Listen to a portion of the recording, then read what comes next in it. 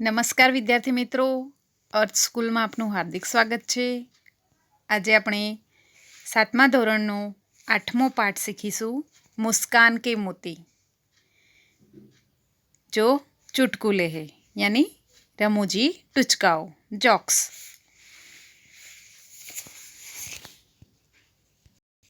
तो विद्यार्थी मित्रों, कहते हैं एक जोरदार ठहाका तंदुरुस्ती के लिए एक अच्छी खुराक बन जाता है. सचमुच हास्य किसी टॉनिक से कम नहीं होता. अच्छे चुटकुले सुनकर दुख दर्द आदि छूमंतर हो जाते हैं. तो इस पाठ में कुछ ऐसे ही चुटकुले दिए गए हैं. तो हमारे पाठ्य पुस्तक में इस तरह से पाठ दिया गया है, मुस्कान के मोती. तो इसके पहले हम 7वां पाठ सीखे थे. कौन सा था वो? बड़े कहानी. तो वो आपने CW में लिख दिया होगा, है ना. तो अब हम 8वां पाठ मुस्कान के मोती देखेंगे. तो शुरुआत करते हैं. हास्य मनुष्य को जीवन शक्ति प्रदान करता है, उसे दीर्घायु बनाता है. हंसी क्रोध, चिंता और क्षोभ को भगा देती है.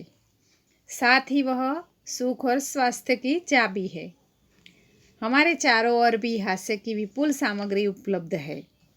आवश्यकता सिर्फ इस बात की है कि हम उसको पहचानना सीखें. मुस्कान के मोती के रूप में यहाँ ऐसे ही कुछ चुटकुले दिए गए हैं. तो यहाँ हास्य क्या करता है? मनुष्य એટલે હાસ્ય મનુષ્યને જીવનની શક્તિ પ્રદાન કરે છે. અને હાસ્ય શું કરે છે? મનુષ્યને લાંબુ આયુષ્ય પણ આપે છે. હવે તો લોકો લાફિંગ ક્લબમાં હસવા માટે જાય છે, બરાબર. હસવું એ પણ શું છે? કસરત છે.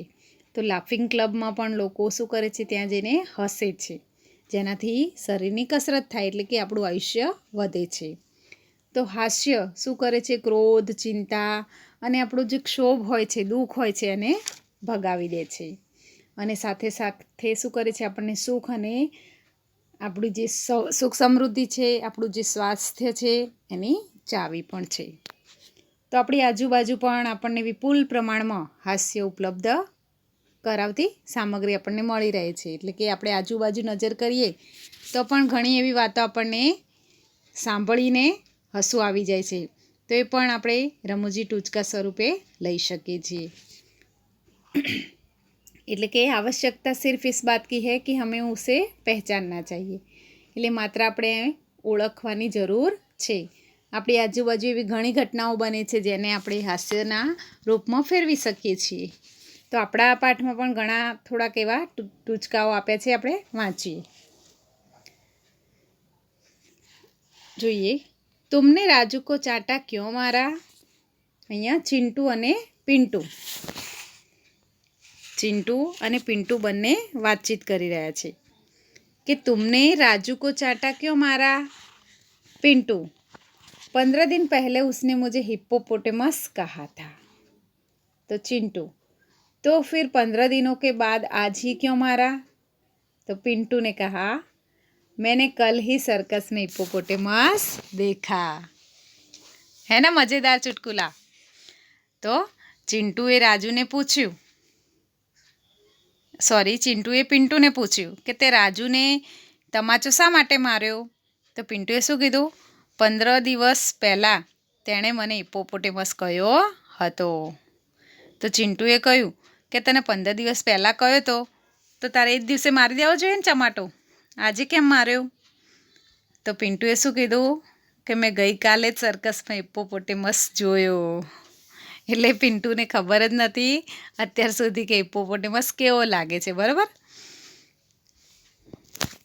ત્યાર પછી મજા આવી ને સાંભળીને પહેલો જોક્સ. હવે બીજો જોઈએ. પતિ, अब मैं भुलक्कड़ नहीं रहूँगा, मुझे सब याद रहेगा. पत्नी, वह कैसे?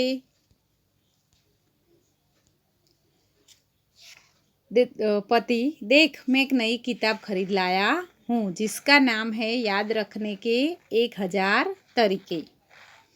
पत्नी बोली, हाय राम, यह किताब तो आप 10वीं बार ले आए. તો પતિ કેવો હતો? ભૂલકણો. તો એ શું કરે છે?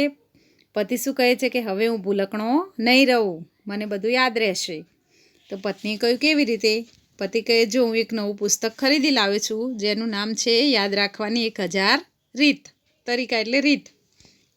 તો પત્નીએ કહ્યું કે અરે રામ, આ પુસ્તક તો તમે 10મી વાર લઈને આવ્યા છો. એટલે પતિને પણ યાદ રહેતું નથી કે આ પુસ્તક એને કેટલી વાર લાવ્યો. ત્યાર પછી ભિખારી, 1 રૂપિયા દે દો સાબ. તો ભરતે શું કહ્યું? કલ આના. તો ભિખારીએ કહ્યું कल आने के चक्कर में इस मोहल्ले में मेरे लाखों रुपये फंसे है. એટલે કોઈ એને આપતું નહોતું, બધા વાયદા જ કરતા હતા કે કાલે આવજે. એટલે ભિખારી શું કહે છે કે આવી રીતે કાલ આવવાના ચક્કરમાં તો મારા મોહલ્લામાં લાખો રૂપિયા ફસાઈ ગયા છે. शिक्षक, रमेश 50 में से कितने कम करने से 5 बचेंगे? तो रमेशे શું કહ્યું? गुरुजी 0 निकाल दीजिए. તો 50માંથી રમેશે શું કહ્યું કે 0 કાઢી દો સાહેબ, એટલે 5 બચી જશે. હકીકતમાં શું કરવાનું હતું?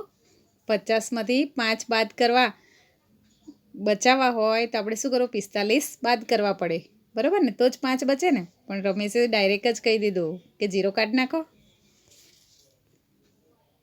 सुशील, मेरे पिताजी जब माचिस की डिबिया खरीदते हैं तो सारी तिलियाँ गिनते हैं कि कम तो नहीं.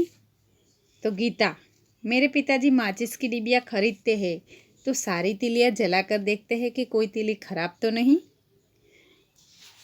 તો અહીંયા સુશીલ અને ગીતા બંને વાતચીત કરી રહ્યા છે. સુશીલે કહ્યું કે મારા પિતાજી જ્યારે માચિસનું બોક્સ ખરીદે છે ત્યારે બધી જ દિવાસળી ગણે છે કે અંદર ઓછી તો નથી ને. તો ગીતાએ શું કર્યું કે તારા પિતાજી તો માત્ર ગણે જ છે ને, મારા પિતાજી તો સળગાઈને જુએ છે કે કોઈ દિવાસળી ખરાબ તો નથી ને. હવે સુરેશ અને મહેશ. તો સુરેશ શું કહે છે? यह टायर कैसे पंचर हो गया?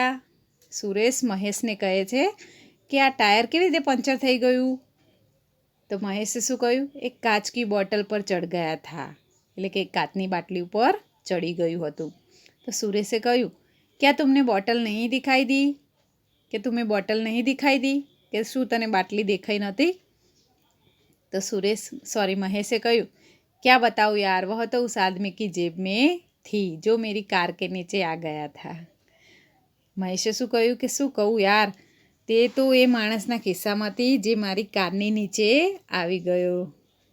તો ડાયરેક્ટ સુરેશ કહેતો નથી કે મહેશ કહેતો નથી કે મારી કાર નીચે એક આદમી આવી ગયો, પણ શું કહે છે કે મારી કારની નીચે આદમી આવી ગયો, એની નીચે એના ખિસ્સામાં બોટલ હતી અને એના કાચના કારણે મારી કારનું ટાયર પંચર થઈ ગયું.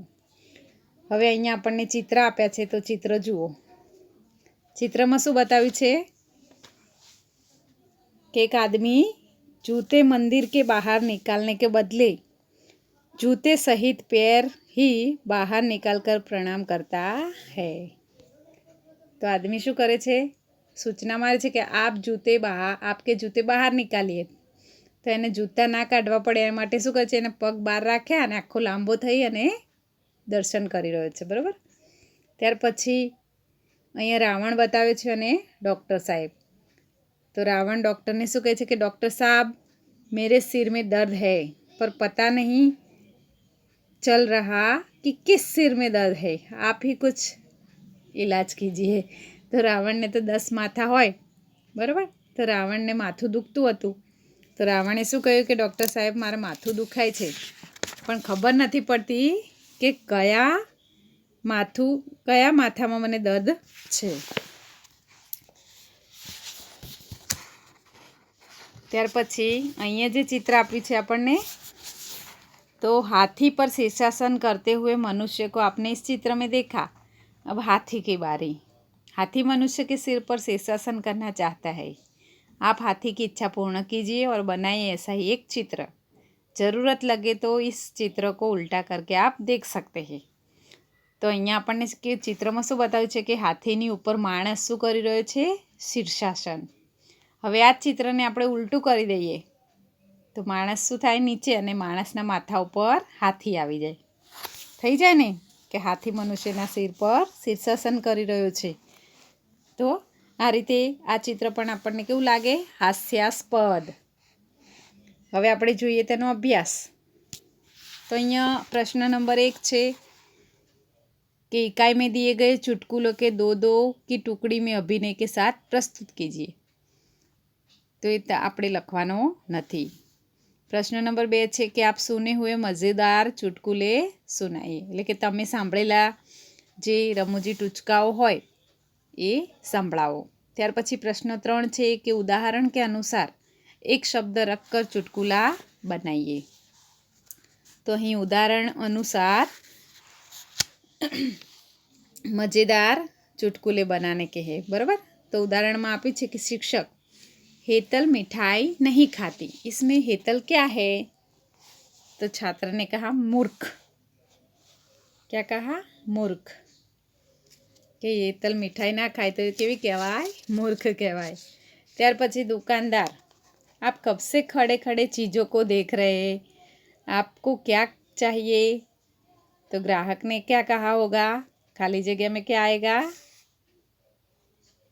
तो ग्राहक ने कहा मौका, कि मैं मौका चीज़ों को लेने का मौका ढूंढ रहा हूँ ऐसे.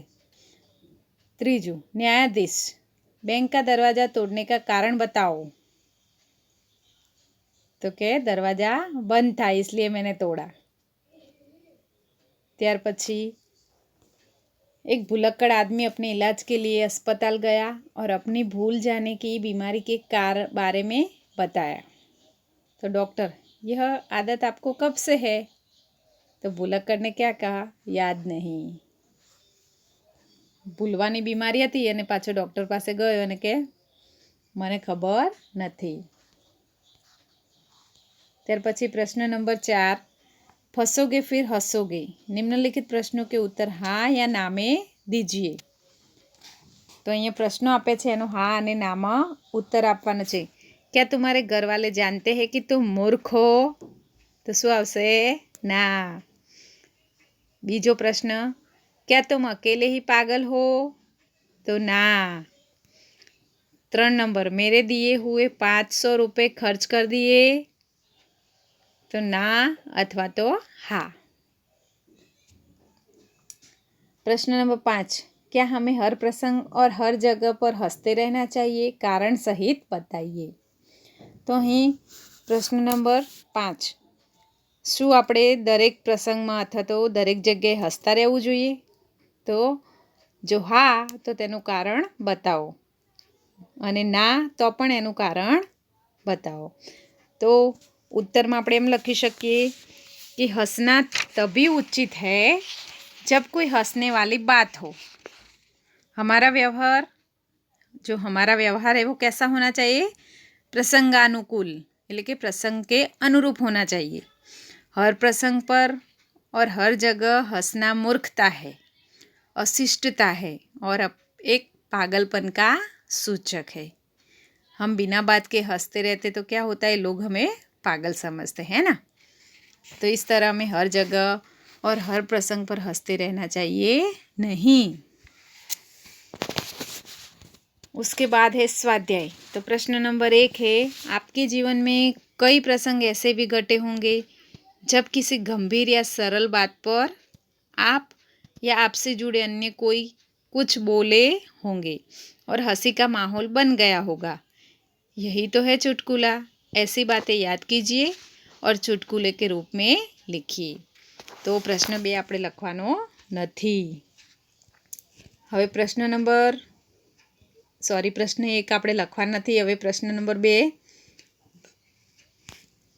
भाषा की एक खूबी है अनेकार्थी शब्द. तो अनेकार्थी शब्द के विभिन्न अर्थों का उपयोग कर चुटकुला बना सकते हैं. उदाहरण अनुसार चुटकुला बनाइए. तो અહીં ઉદાહરણ આપ્યું છે, शिक्षक, लंका को सोने की लंका क्यों कहते हैं?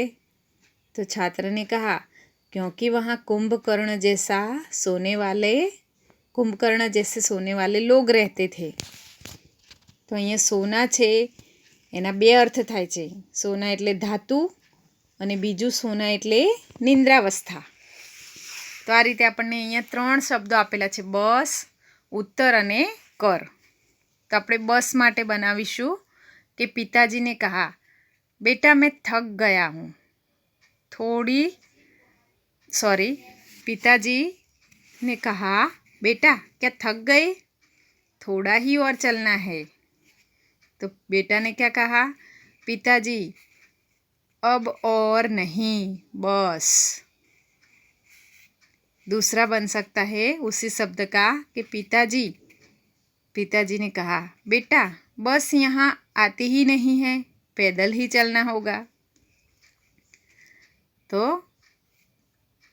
પપ્પાએ કહ્યું કે બેટા શું થયું, થાકી ગયો, હવે થોડુંક જ ચાલવાનું છે. તો બેટાએ શું કહ્યું, પુત્રએ, ના પિતાજી બસ હવે હું નહીં ચાલી શકું. તો પિતાજીએ શું કહ્યું કે ના બેટા, બસ તો અહીંયા આવતી નથી, આપણે ચાલતા જ જવું પડશે. પછી બીજો શબ્દ છે ઉત્તર. તો દાદાજી એમના 4 વર્ષના પુત્રને કહે છે, तुम इस प्रश्न का उत्तर बता सकते हो. तो पोता बोला, दादाजी क्या प्रश्न की भी उत्तर दिशा होती है. તો 4 વર્ષના પુત્રને દાદાએ કહ્યું કે તું આ પ્રશ્નનો ઉત્તર આપ. તો જે પુત્ર હતો એ શું સમજ્યો, દિશા સમજ્યો કે એટલે પ્રશ્નની પણ ઉત્તર દિશા હોય છે દાદાજી. તો અહીંયા ઉત્તર એટલે જવાબ થાય. પહેલામાં પુત્રએ બસ એટલે રોકવા માટે કહ્યું કે હવે બસ મારાથી ચલાશે નહીં, થોભી જાવ એમ. ત્યારે પિતાજી શું સમજાય કે અહીંયા બસ આવતી નથી. તો અહીં બસ આવતી નથી એટલે કે જે વાહન છે તે. અને અહીંયા ઉત્તર એટલે દાદાજીએ ઉત્તર એટલે જવાબ આપવા માટે કહ્યું. જ્યારે પુત્ર શું સમજ્યો, દિશા સમજ્યો, ઉત્તર દિશા. તે જ રીતે કર શબ્દ છે, તેમાં पतिए कहूँ, देखो सरकार ने आमदनी पर कर बढ़ा दिया है. तो पत्नी बोली, सरकार को और कोई काम नहीं है क्या, वह जहाँ जाती है भिखारी की तरह कर बढ़ा देती है. तो અહીંયા કરના 2 અર્થ થાય છે કે કર એટલે ટેક્સ. તો પતિ કહેતો હોય છે કે સરકારે જે આપણી કમાઈ છે એ કમાઈ ઉપર ટેક્સ લગાવી દીધો છે. તો પત્ની શું કહે છે કે સરકારને બીજું કંઈ કામ નથી કે જ્યાં જાય ત્યાં ભિખારીની જેમ કર લંબાવી દે છે. એટલે અહીંયા કર એટલે હાથ, બરાબર. તો કરના અહીંયા 2 અર્થ થાય છે. એ જ રીતે પ્રશ્ન નંબર 3 છે, ઉદાહરણ અનુસાર ચુટકુલો કી પૂર્તિ કીજીએ. તો અહીંયા 3 ઉદાહરણ આપ્યા છે.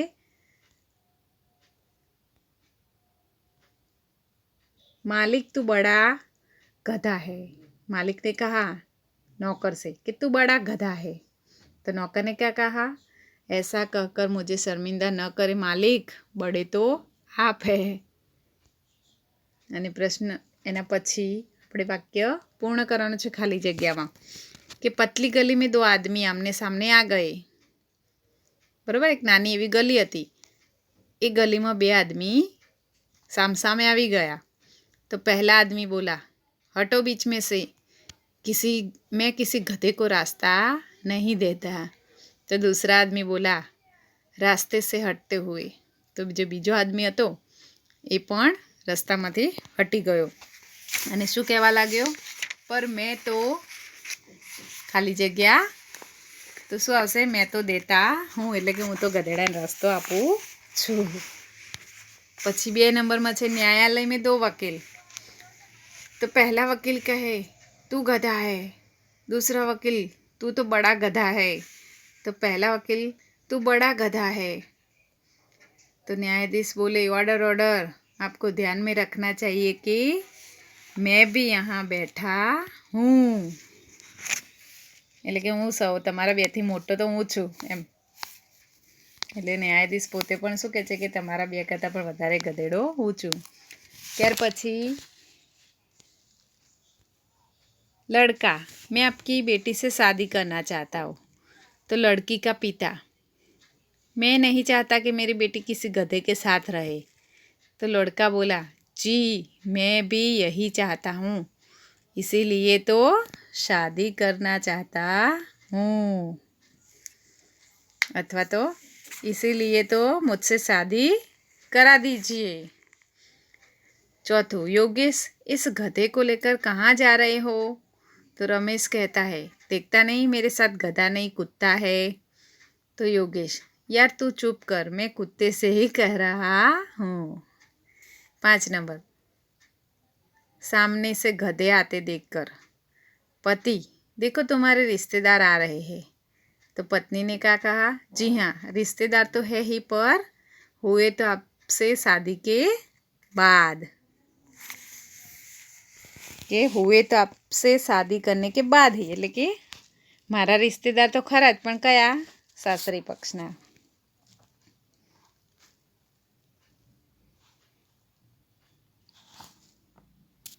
ત્યાર પછી અહીંયા निम्नलिखित कहानी पढ़कर उनमें से अलग अलग 7 शब्द चुनकर उसे शब्दकोश के क्रम में रखिए।